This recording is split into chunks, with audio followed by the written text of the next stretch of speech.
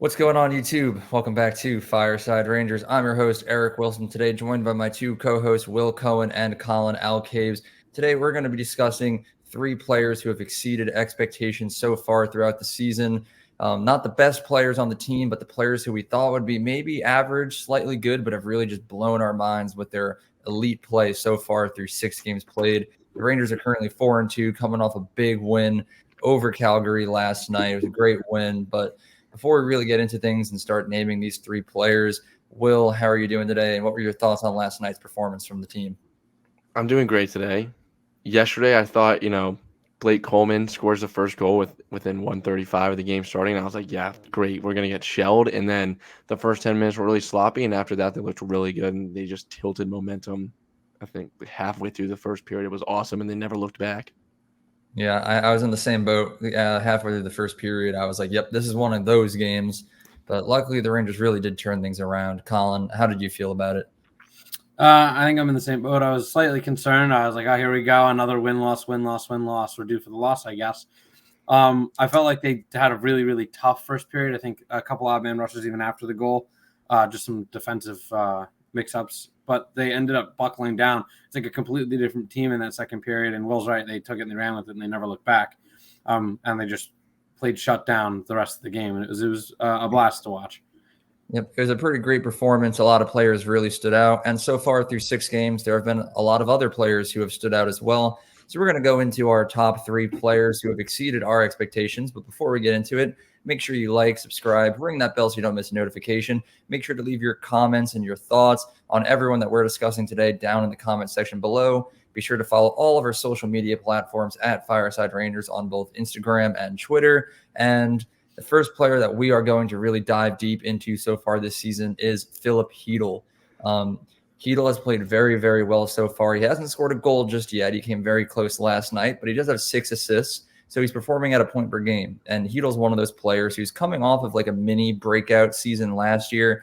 And the Rangers are really hoping that he can get things going and improve even further this season. I believe last season he finished in like the mid 40 point range, and we were hoping for like maybe 60-ish. But at this point this season, kind of a funny stat line through 6 games, he's projected to finish the season with 0 goals, but 82 assists and 82 points. So obviously the goals will start flowing, but hopefully the assists will too. And Chytil might just be a lot better than we ever expected him to be this season. But we'll start with you. Through the 6 games played so far, what are your thoughts on Filip Chytil, and where do you see him finishing by the end of the season? He started off. He had a really good first game, and then he started off, a little slower after that game without a point. In the next 3 games, then obviously against Seattle, he had that 3 game point, that 3 assist game, and then yesterday he had 2 assists, and now he has 6, and it's the first time in his career where he's at a point per game. And although he started off slow, Laviolette was happy with his game. He was happy that he was taking shots. I know Chytil said he wanted to have that shoot first mentality, and he's the goals will come soon. I know obviously he hasn't scored a goal yet, but the goals will come soon, and I think he finishes somewhere in like the 60-70 point range. He's really taking that shot first mentality to like the next level. He has 15 shots on goal, which is 3rd on the Rangers. He only had 1 yesterday, but that one turned into an Eric Gustafsson goal, so it worked out. So, like I said, I think he finishes in the 60s or 70s for points. Yeah, and we've obviously seen a big improvement from Chytil so far this season. He spent most of his career down in the bottom 6. This season, he's getting the opportunity to play up on that second line with Panarin and Lafreniere. So, Colin, just the difference between the second and that third line, do you think that what kind of effect is that having on Chytil's game? Do you think he's just been more developed and he's ready to contribute more, or is that second line really boosting him up a lot? I think the same things that are helping Chytil succeed are also, or the things that were like holding back Wheeler that we were talking about yesterday in the other episode, are the same things that are helping Chytil succeed. It's the more ice time, it's more skilled players. It's not that checking role third line like it was supposed to be. That's getting used minimally. It's top 6 minutes, and that's what we've always said the kids should have. And now that they're having it, I mean, Lafreniere has looked great, but Chytil, I mean, he's passing the puck so well. And anytime you play with a world-class talent like Artemi Panarin, of course your points are going to bubble a little bit and go a little bit higher than they should. But I think that Heedle has earned every single point, and none of those have been just a byproduct of giving it and letting it go. Like, he's made the tough, gritty plays, made the thread the needle passes, and been a big part of a lot of these goals.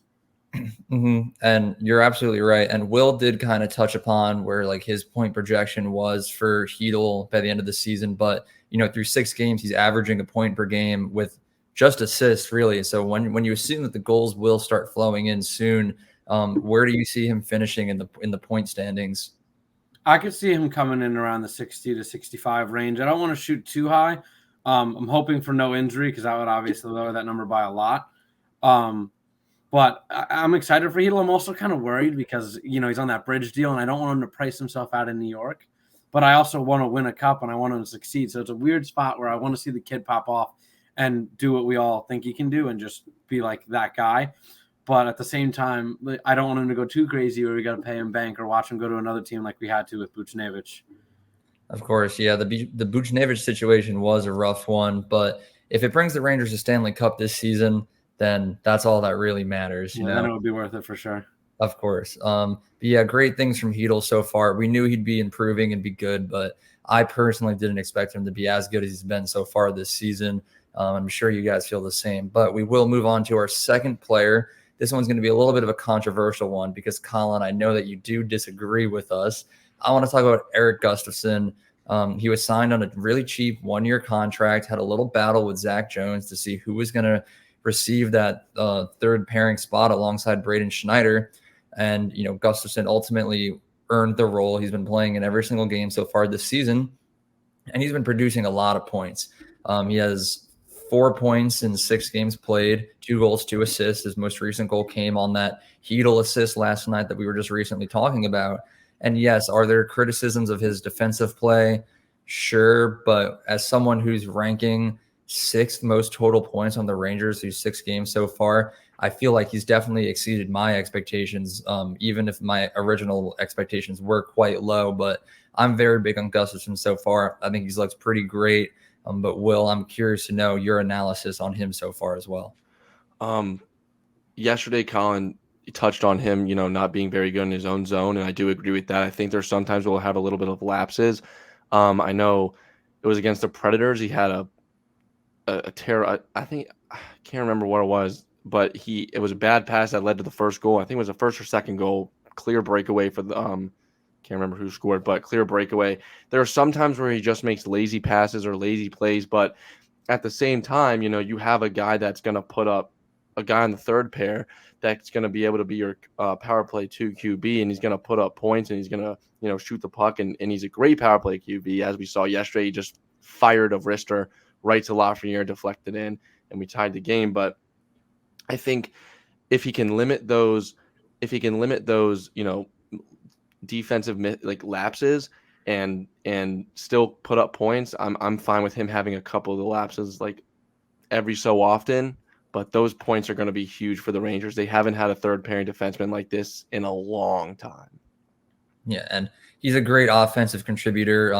Again, we're only 6 games into the season, so all of these like projections and predictions they're a little hard to bring any like actual fact to it. But similarly to how Heedle is projected to be a point per game player, Gustafsson is on pace for 27 goals, 27 assists for 54 points this season. So, Colin, I know you're not the biggest Gustafsson fan, but if those projections do become reality and we have a third defenseman pairing reaching close to 50 points, or even like in a more realistic, like high 30s, low 40s, do you see his offensive production outweighing his defensive liabilities, or are you just rock solid like I don't like him because of his defense? It's tough because I really don't know like what to expect with Erik Gustafsson. I know that he really has struggled in his own zone for a majority of his career. He was drafted to kind of be an offensive defenseman, but we have those. We have Adam Fox, who's a little bit of both, and we're lucky that he's able to play, that he plays good defense. You got Trouba, who's brought in to be an offensive guy, and now he's kind of just resided to a defensive role. But K'Andre Miller is an offensive guy, and I think in that third pairing line, you don't really need an offense and a defensive guy. I think you need 2 guys who are just going to grind minutes and go out there and give your top guys a rest. You have a power play 2 quarterback in K'Andre Miller, as I mentioned before. And I'm kind of in the opinion that especially with defensemen, it shouldn't be do your points outweigh your defensive liabilities and things like that. I think I want solid defense. I think that the thing that the Rangers have lacked for a while is like solid defense. I get we have good players, but I feel like Trouba has had his lapses in the past. I know Miller struggled a lot towards the end of last season, and in my opinion has been struggling a little bit at the beginning of this season as well. Lindgren and Fox are both great, so I have nothing bad to say about them. But even Fox sometimes can have his moments. So, I'd like to just get a guy who I don't have to worry about and forget about the points, because our offense is, we've seen it. We've scored 4 or 5 goals in multiple games already, and I don't think that we need the defenseman chipping in as important as it is in the league. We have guys who can do it, and I don't think it's worth the risk of letting up potential goals with lapses that are usually give up high quality scoring chances for the other team. I think the risk is too high, in my opinion. But so far, I'm looking at it now: 2 goals, 2 assists, and he's a +5. So he's out there for other goals, and he really hasn't been out there for a ton again. So hopefully he proves me wrong. He succeeded under Laviolette last year with the Capitals, putting up his best plus-minus since I believe it was his rookie year. He was a +11, which doesn't scream. Oh no, he was a +9 last year, which is best since his rookie year when he was a +11. So that it doesn't scream like, "Ooh, I'm doing a ton out there," but more than breaking even as a third pairing defenseman, I guess that's good. So if he can keep up this pace and can mitigate those defensive woes, as Will mentioned before, then maybe he can turn me around. But so far, the way that I look at him is just a glorified 4th forward out there. Yeah, that's a fair analysis. He does have his defensive liabilities, but one of the big things that I'm happy you brought up is that Gustafsson does have previous experience working with Laviolette and his style of coaching. And at the same time, Braden Schneider doesn't. And in my opinion, Schneider is having one of the weaker seasons of his career. I feel like he hasn't looked spectacular whatsoever. And Will, now my question for you is Schneider, is he the one that's having a hard time fitting into Laviolette's system there? Or is Gustafsson and his offense bringing Schneider down? Or do you think it's completely unrelated? I think it's completely unrelated. Schneider, even last year, he wasn't the best, and he had defensive defenseman partners last year. Couldn't get out of my mouth. Ben Harper. In his tenure here, he has had a revolving door of partners, and he's never really had anything set in stone. But I think they're unrelated. I think Schneider's just struggling to find his game in Laviolette's system more than it being Gustafsson's offense. But I think Schneider will figure it out, but I do think the two are completely unrelated, like I've said. But I think Schneider will figure it out. It might take a little bit longer for him just because he's so young, but I think he got it. Yeah, it very well could be unrelated, but I think time will tell just to see how Schneider gets things going this season. But Colin, before we move on to our third and final player, I do want to ask you, because we've talked about it a lot extensively over the years. Schneider does have that revolving door of defensive partners. He's had Mikkola, he's had Harper, he's had Gustafsson, he's had Jones, and nothing really seems to work. So if Gustafsson isn't the solution that's going to help Schneider improve, what kind of player do you think would need to fill that role in order to have a solid third pairing that would satisfy you? And if you are able to name a player who the Rangers might want to go after to replace Gustafsson when his 1-year contract's up.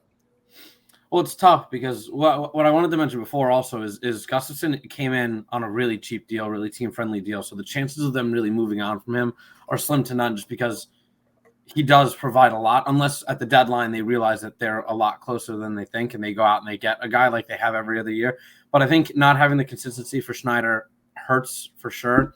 I think, he's played with Nemeth and Braun, among others. We mentioned some of the others before, but it's just constantly somebody different. And it's hard to develop chemistry and figure out the style of game you want to play when the guy is constantly changing, where some games, when he's playing with Harper or he's playing with Mikkola, he's kind of the guy who's going to go up and contribute a little bit. I know he did that a little bit last season where he had a couple of goals and was kind of getting on the score sheet a tab more.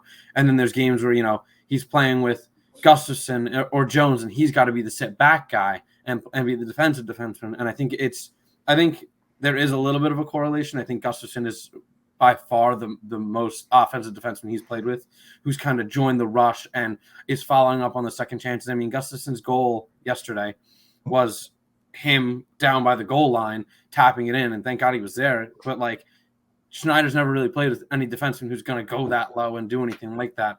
I think he's struggling early on. I think he'll bounce back, obviously, like Will said, but I don't know who I would use to replace Gustafson, just because I don't know who you're going to get at this cheap of a price point, without salary cap being retained, just because we are up against the wall. So I think it would take a couple picks, and I don't even know who they would go after. It would probably be a guy similar to what Braun brought to the Rangers, or Mikla, somebody who they don't mind retaining. It's already a cheap deal. They'll retain the rest, or 50% of it, or whatever it is. And the Rangers can get a guy on a bargain, hopefully. Or maybe they just try Gustafson out if he continues to play at the clip that he's playing so far. I'm just concerned that in the long run, in the playoffs specifically, it could, if we get there, or I like to say when we get there, that it could hurt us down the line. But that's just me and the skepticism I have, and skeptic I am. Yeah, I mean, I think Gustafson, of all the names we're discussing today, is the most controversial of the three. We're like Hedel, everyone's going to say that he's looked good. I won't spoil who the last one is yet, but I have the same feeling about him. But yeah, Gustafson, he does contribute a lot of offense, but he does lack a little bit of the defensive side, and he just might not be a good fit with Schneider. So I guess we'll have to see how the season progresses. But so far, me and Will are impressed. Colin, not so much. Just be sure to leave your comments down below. How do you feel about Gustafson so far? But without further ado, we'll head into our third and final player who's exceeded our expectations. And I know we said we weren't just going to talk about our top players, but we somehow managed to have one of our best players somehow become even better. The third and final player is Artemi Panarin, world-class superstar, 90-point seasons in every single season he's been with the Rangers besides the shortened COVID year. But this year he's on track for over 100 points for the first time in his career. He's balled now. He's playing defense. He's making takeaways. He's not giving away the puck, and he looks like an entirely new player out there. So, Will, I know you love Panarin as much as I do. We knew he would be good, but what has he done this season to prove himself even better than we ever thought he could have been? He's not showing a decline, and that's what a lot of fans had with him after, he had his 2 points in the first game against the Devils, and after that he had nothing in the next 6. And a lot of fans were, saying, let's trade him. He's just going to decline, and he hasn't declined. He's actually playing a lot better than he has since I think this is the best he's played since his Hart year in 2019-20, and he just looks like he's playing a lot more loose. He's skating a lot faster. I think he likes the more hands-on coach approach. That rhymed. He likes that hands-on approach, and I know that he's even said that in that he wasn't very fond of Gallant because he was so laid back. He wants someone to push him, and he has that. And in Laviolette, he's pushing him to be better defensively. He's pushing him to shoot the puck more, which he has. He has 21 shots on goal, which I think is 2 more than second, which is a Banajed, and he's creating a lot of more rebounds too. That one goal, the first goal of the season that Lafreniere had, that was a rebound by Panarin. Shot it, and I think last year Panarin would have passed it up. He's taking more shots, and he's passing the puck less. When he has a shooting lane, he'll shoot. When he has to pass, he'll pass. But like last year, he'd have a shooting lane, he just pass it up real quick. So I think Laviolette has him playing a lot more loose and has him on a more shoot-first mentality. Yeah, and you're right. Laviolette definitely has had one of the better effects on Panarin. Everyone's seeing the changes going on within the system. Some people aren't working as well with it, but I think Panarin, the most of all of any player on the Rangers, has reaped the benefits the most. But Will, you did a pretty good job at explaining it. But Colin, I just want to hear your opinion. This new system that Laviolette is implementing, how is it benefiting Panarin, and what changes are you seeing to his game that has raised your standards of him even higher than ever thought before? I think Will did a good job of touching on everything. I think he's taken everything that Laviolette's given him, and he's taking it in stride. And I think that he's shooting the puck more. He's crashing the net more. He's just a lot stronger with the puck. He's not trying to get too cute with it anymore or do anything crazy. He's not forcing passes. I think he's got his swagger back. I think he shaved that head, and he's ready to go. And I mean, he's done nothing but prove it. 3 goals, 5 assists, and 8 points in 6 games, and he's just a force out there every single night. He has a point in every game so far. So it's hard to deny that he didn't, go into the offseason with a little bit of a chip on his shoulder with all the smack that was being talked by all the fans after that rough playoff series for him. I think that he's really hunkered down and just fixed his game in his own zone. He's back checking. He's playing good defense, and defense creates offense. I mean, we've been saying it forever, but it's really translating, especially with that second line. They've created so many chances off the rushes, off of good defensive plays in their own zone. I think that he's just become such a well-rounded player at this point, where the sky is really the limit. He's just unbelievable. Just when you think he can't get any better, he's finding a way. And I think a large part of that is Laviolette, but I think a larger part is just him being more critical of himself this offseason and really buckling down. And I think he's actually playing better than the Hart year. In my opinion, so far. I think he just looks. This is the best season that we've seen with him with the Rangers so far. The best start that he's gotten off to, and hopefully he'll finally break that 100-point plateau. And who knows? Maybe he'll go out there and win a Hart. Yeah, that would be nice. We've always been very high on Panarin on this channel. We were a little critical during last year's playoffs, but as was everyone. But I know that I'm definitely happy to see him back and better than ever. We knew he'd be good. He's looking for redemption following that series against New Jersey, but we've always known we've known he's been one of the best players on the Rangers, but so far through 6 games, I'm ready to say that he has looked the best number 1 player on the Rangers, even better than Shesterkin at this point if we're talking about Rangers MVP. But we'll see how the rest of the season progresses. As always, it is always just 6 games. Game 7 of the season is tomorrow night at 9:00 against the McDavid-less Oilers.